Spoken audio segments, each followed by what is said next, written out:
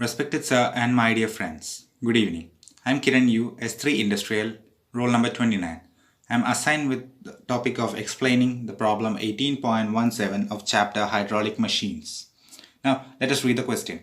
An invert flow reaction turbine has external and internal diameters as 1 meter and 0.6 meter respectively. The hydraulic efficiency of the turbine is 90% when the head of the turbine is 36 meter. The velocity of the flow at outlet is 2.5 meter per second and the discharge at outlet is radial. If the vane angle at outlet is 15 degree and the width of the wheel is 100 mm at inlet and outlet, determine the guide blade angle, speed of the turbine, vane angle of the runner at inlet, volume flow rate of turbine and the power consumed. In order to solve this problem, let us mark the given parameters in the question as the given data. In the question, firstly, the external and internal diameters is given as D1 and D are represented as D1 and D2, which is given to be 1 meter and 0.6 meter. Secondly, the hydraulic efficiency of the turbine is given to be 90%, which is equal to 0.9, obtained at a head of 36 meter. Also, the velocity of flow at outlet represented by Vf2 is equal to 2.5 meter per second. It is given in the question that the discharge at outlet is radial. Also, the vane angle at outlet represented by phi is equal to 15 degree. It is given that the width of the wheel is assumed to be equal at both inlet and outlet and is represented by B1 and B2, which is equal to 100 mm or 0.1 meter. With this data as given, we can draw the velocity diagram of the turbine blade. In this is the inlet velocity triangle and this is the outlet velocity triangle. In the inlet velocity triangle, we have the inlet velocity of the blade V1, relative velocity at inlet VR1, the velocity of flow at inlet Vf1, tangential velocity of wheel at inlet, whirl velocity at inlet Vw1. Also the angles alpha and theta. Alpha is the guide blade angle and theta is the vane angle of runner at inlet.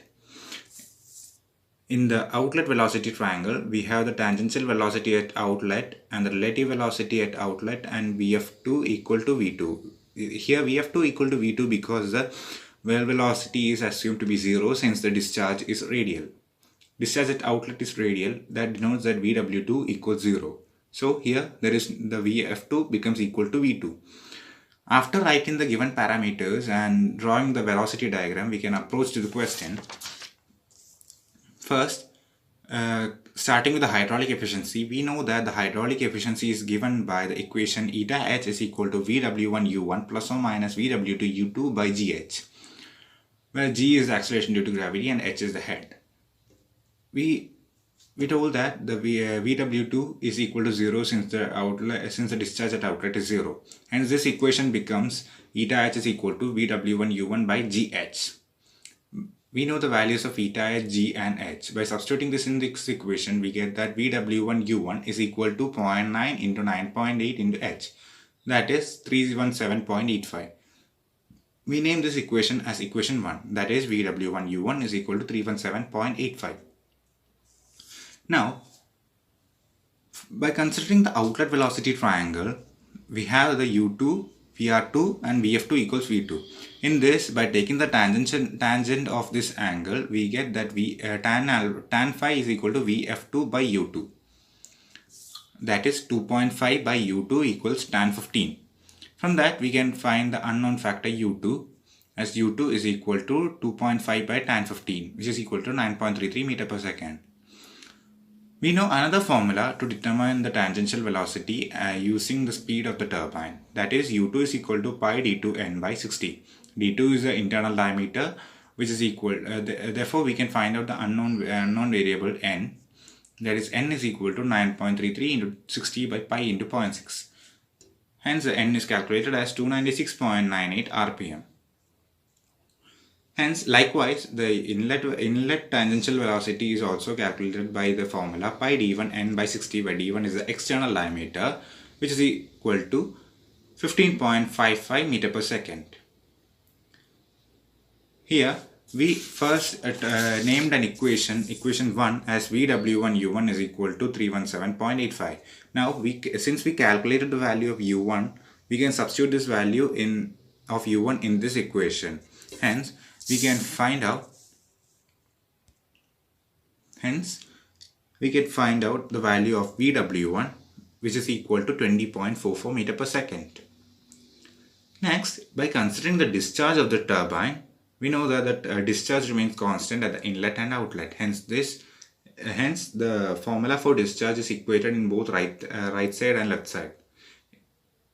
And after eliminating the similar values like B1, which is meant to be same at both inlet and outlet, and the value of pi, we get the final equation as D1 VF1 is equal to D2 VF2.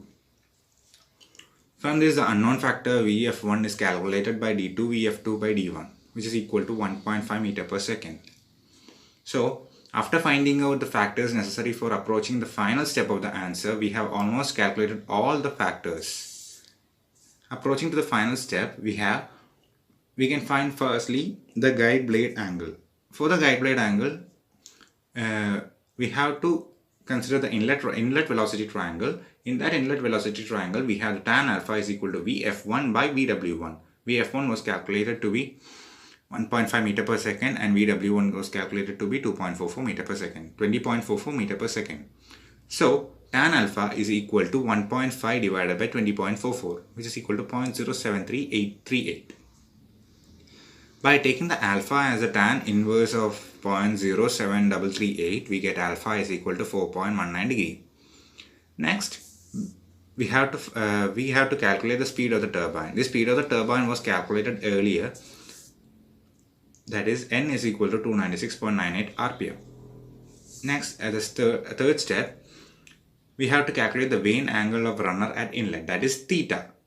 For that, in the inlet velocity triangle, we have tan theta is equal to VF1 by VW1 minus U1, which is equal to 1.5 by 20.44 minus 15.55, which is equal to 0.3067. Now from this, theta becomes tan inverse of 0.3067, which is equal to 17.05. And the fourth step is the calculation of volume flow rate of turbine, which is given by Q is equal to pi D1 B1 VF1, where D1 is the external diameter, B1 is the width of the wheel at inlet, and VF1 is the velocity of flow at inlet, which is calculated to be 0.4712 meter cube per second. And as a final step, we have to calculate the power developed in kilowatts. For that, we have the formula rho Q into VW1 U1 by 1000. It is divided by 1000 because we have to calculate the power in kilowatts. Therefore, the power developed will be calculated as 149.76 kilowatts. So, as a conclusion, we have found out all the factors that was mentioned in the question. I hope you all understood the problem. Thank you.